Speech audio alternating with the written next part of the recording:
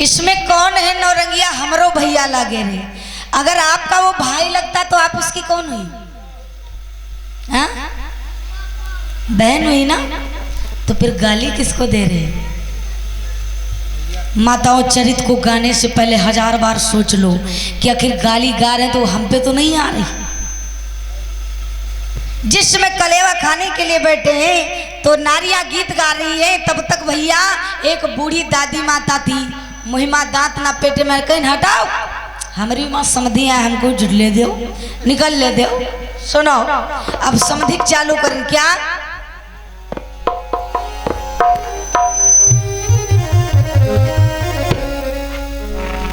दादी मैया ने जैसे समधी को देखा, अब चालू किया, कहीं तुम लोग निपट चुकी हो, थोड़ा हम लोग निपट ले दो। कि इनका सांप दतैया काटे, कि इनका सांप दतैया काटे, और इनका डसे कालिया नागु, और बरती हो तुमका मरना परी। समधी ने देखा एक बार बूढ़ा की तरफ, कहीं ना मुहिमा दांत ना पेटे में, फिर भी जलवा बना रही है। तब तक बूढ़ी दादी माता एक और थी, कह रहे समधी चुपचाप साइलेंट बैठो, कि गुर्राओ मत समधी, कि गुर्राओ मत समधी, और पटकती है गुर्राओ मत समधी।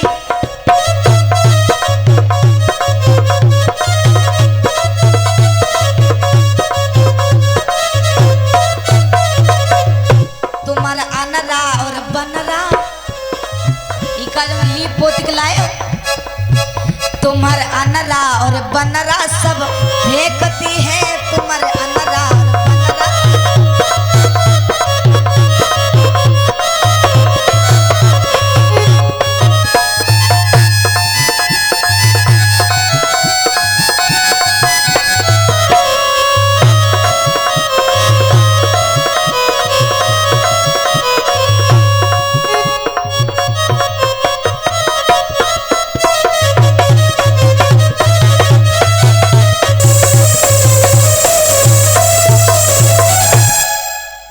समधी जी चुपचाप साइलेंट होकर के बैठ रहे, कहीं ठीक है, आज तुम्हारे लोगों सेवा का अवसर है तो निकाल लो, फिर कब हो हम रोए।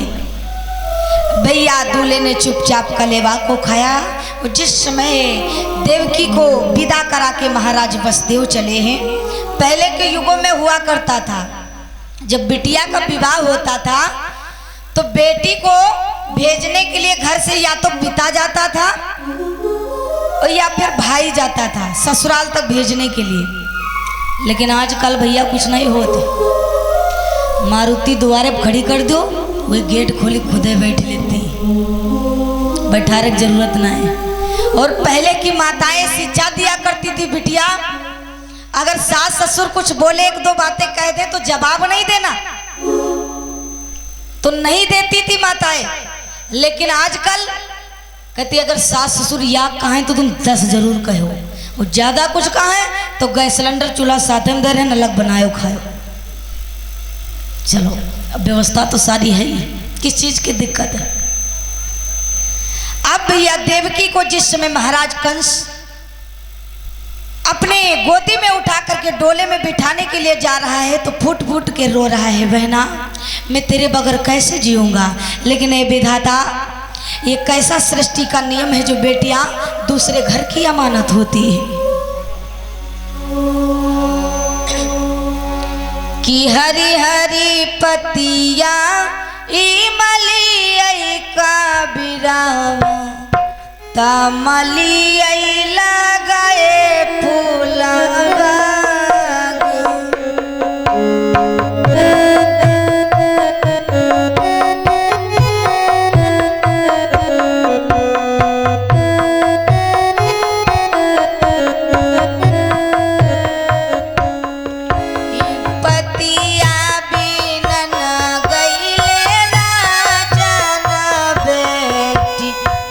बना रे पूछिए का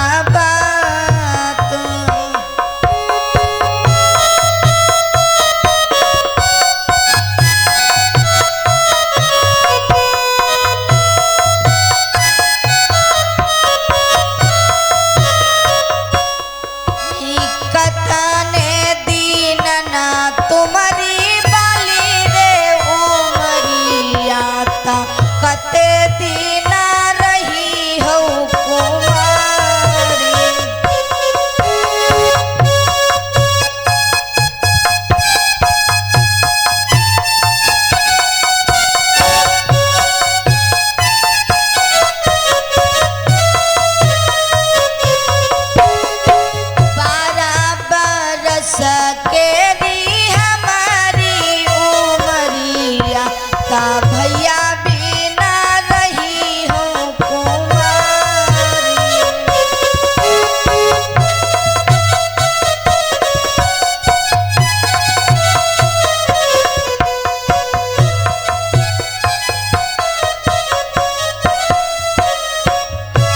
दूरी दिया सा बन रे भैया हमारे तो को करी है हमर कन्यादान।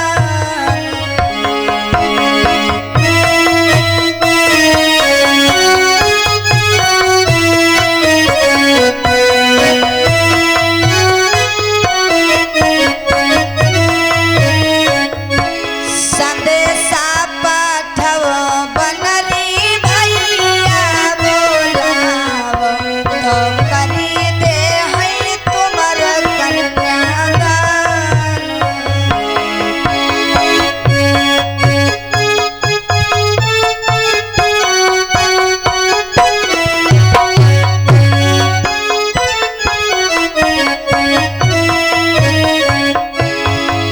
मड़ाए तारे बनले गाठी जोरइबा तब होई बैरनिया तुम्हारी।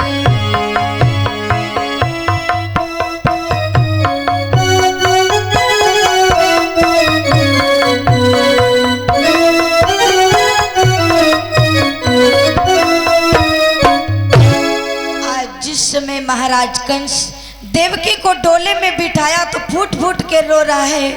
मैया देवकी अपने भैया कंस के गले में बाहें डाल करके रोने लगी। भैया आखिर विधाता ने ऐसा क्यों लिखा है कि एक ही कोख में बेटी का जन्म होता है और एक ही कोख में बेटे का, लेकिन बेटियों को विदेश क्यों दिया गया और बेटे को घर में रखा गया।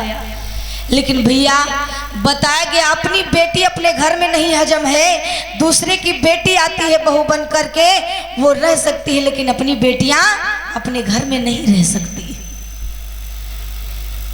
जिस समय देवकी जाने लगी सारी सखियां रुदन कर रही है, मैया फूट फूट के रो रही है।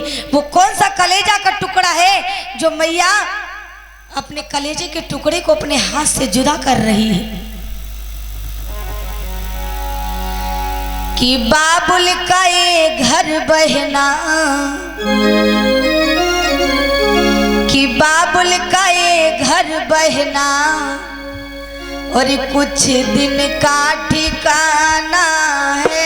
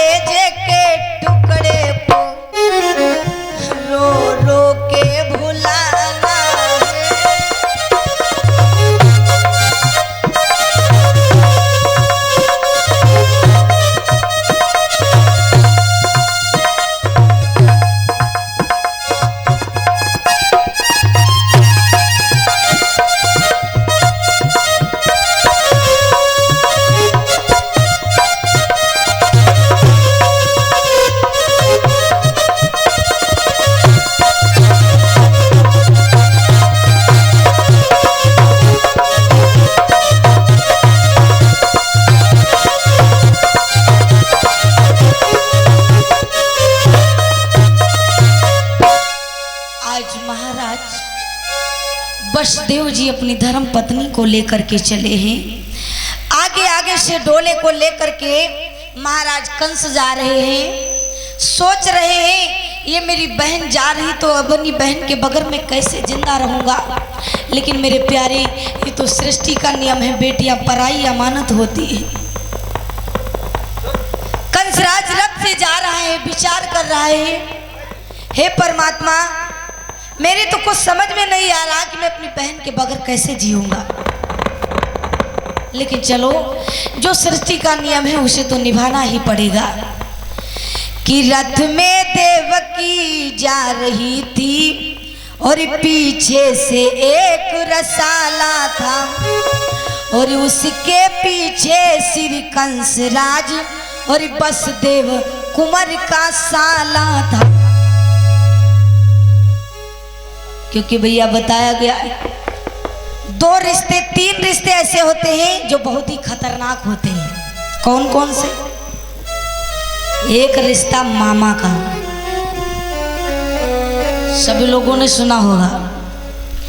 महाभारत में अगर मामा शकुनी नहीं होता तो इतनी बड़ी महाभारत नहीं रची गई होती। एक तो मामा शकुनी और दूसरा मामा माहिल और तीसरा मामा जो हम आपके गेहूं में होता है।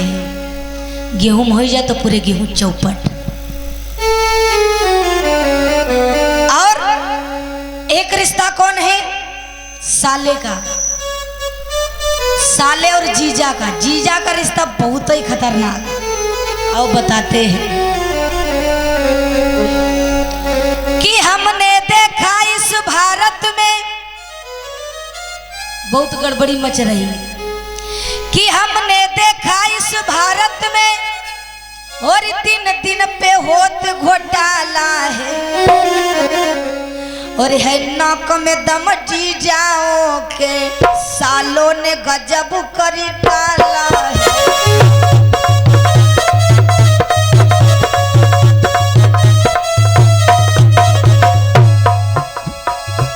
हमने देखा इस भारत में दिन दिन पे होत घोटाला है नाक में दम जी जाओ के सालों ने गजब कर डाला है।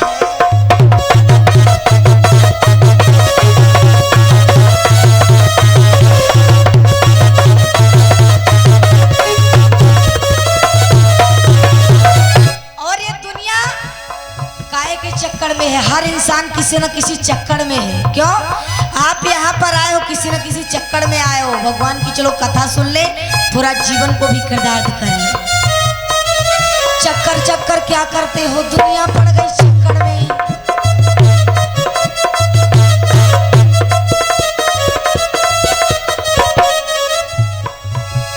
हम भी चक्कर, तुम भी चक्कर, भैया पड़ गई चक्कर में। चक्कर चक्कर क्या करते हो, दुनिया पड़ गई चक्कर में।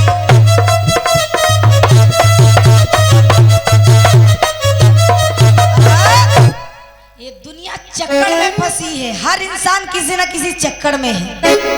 तो भैया जीजा और साले, इन दोनों रिश्तों से थोड़ा साइलेंट रहना। अब जीजा की बात आ गई तो मैं थोड़ा बता रही हूँ आपको। एक भैया जी थे जो एक दिन अपनी अम्मा से कहने लगे, अब भैया जी की नई नई शादी होते हैं ना, तो फिर पूछो ना, सो मोरे सो राजोगे नहीं। अब भैया की बढ़िया नई नई शादी हुई तो एक अपने व्यवहारी के वहाँ गए, कोई बोले भैया यार हम कल ससुराल जबे, क्या थोड़ा अपनी गाड़ी दे दोगे? कहने ले जाओ। कहें थोड़ा अपन सूट भी दे दो, बढ़िया टाई जूता चश्मा। अरे कोई फैशन बकाया नहीं, ससुराल जा रहे तो बढ़िया कायदे से जाना पड़ता है ना। अब अम्मा से बोले, अम्मा हम ससुराल जा रहे। तो अम्मा ने कहा जाओ बेटा, लेकिन ससुराल जा रहे तो जाते जाते खाना ना खाए लगे हो, नहीं तो कहीं के दामाद देवता भूखे चले रहे। कहें ठीक। अब राम समझ भैया चले गए, नहीं मुझसे पूछता ना। जिस समय भैया जी ससुराल पहुंचे, अब भैया साली सरोजो ने देखा अटारे पर से, कहे ना जीजा आएगी जीजा। अब भैया जीजा का नाम सुन जाए तो तो फिर पूछो ना।